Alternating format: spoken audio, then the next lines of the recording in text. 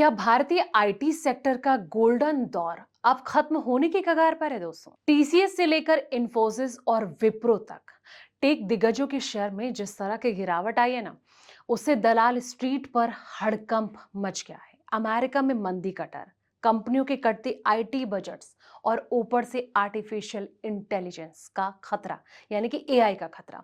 क्या ये सिर्फ एक मामूली गिरावट है या फिर भारतीय आईटी स्टॉक में किसी बड़े क्रैश की आहट है?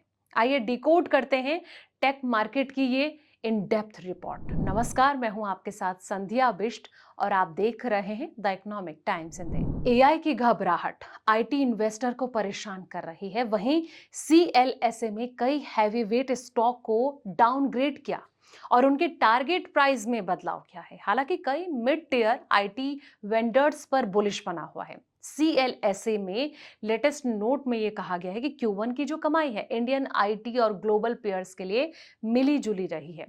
इंटरनेशनल ब्रोकरेज का यह कहना है कि बेसिक एक्सेल मैथ का मतलब हुआ कि एआई वॉल्यूम FY30 तक डिफ्लेशन को पीछे छोड़ सकता है, जिससे कि यूएसडी रेवेन्यू ग्रोथ कम से मिड सिग्नल डिजिट में आ सकती है।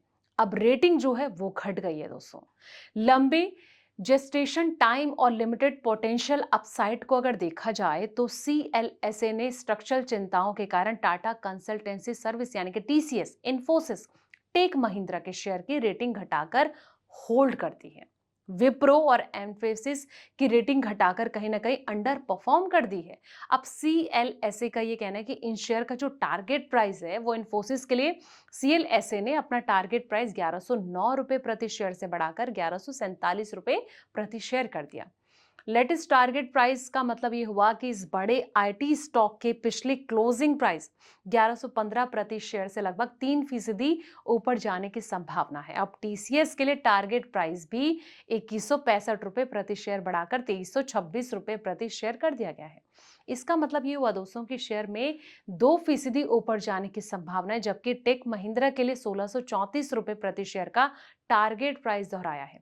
इसका मतलब है कि शेयर की मौजूदा कीमत से 3% ऊपर जाने की संभावना नजर आ रही है। अब इन शेयर्स पर आ सकती है 15% तक की गिरावट। विप्रो के शेयर टारगेट प्राइस में कटौती के साथ साथ रेटिंग को अंडर परफॉर्म में डाउनग्रेड किया है। सीएलएसए ने अपने अनुमान में 157 रुपए प्रति शेयर से घटाकर 152 रुपए प्रति शेयर कर दिया है। लेटेस्ट टारगेट प्राइस का मतलब है कि स्टॉक के पिछले क्लोजिंग प्राइस में 178 रुपए प्रति शेयर से 15% लुढ़कने की संभावना है। सीएलएसए ने मासिस के शेयर के लिए 2113 रुपए प्रति शेयर का टारगेट प्राइस रखा और इसका मतलब ये हुआ कि इस शेयर में 13% से ज्यादा की गिरावट आ सकती है। दोस्तों, इंटरनेशनल ब्रोकरेज को लगता है कि mid tier IT vendors in बड़े बदलाव का फायदा उठाने के लिए बेहतर स्थिति में है, जिनके पास अच्छी क्वालिटी की मैनेजमेंट टीम और एग्जीक्यूशन है। कोफोर्ड्स और परसिस्टेंट सिस्टम पर high convention out perform rating दोहराए। एलटीआई, माइंड्री और हेक्सावेयर टेक्नोलॉजी पर आउटफॉर्म रेटिंग भी दोहराया है। हालांकि आईटी स्टॉक ने चिंताओं को दरकिनार करते हुए गिरावट का जो सिलसिला है वो तोड़ा और हरे निशान में ट्रेंड किया है।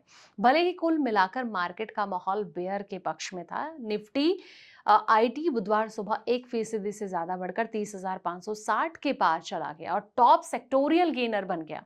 कोफोर्स, परसिस्टेंट सिस्टम और HCL के टेक शेयर लगभग 2% उछलकर सबसे ज्यादा बढ़त पर रहे, जबकि LTI, माइंट्री, इंफोसिस, विप्रो के शेयर लगभग 1% बढ़े हैं।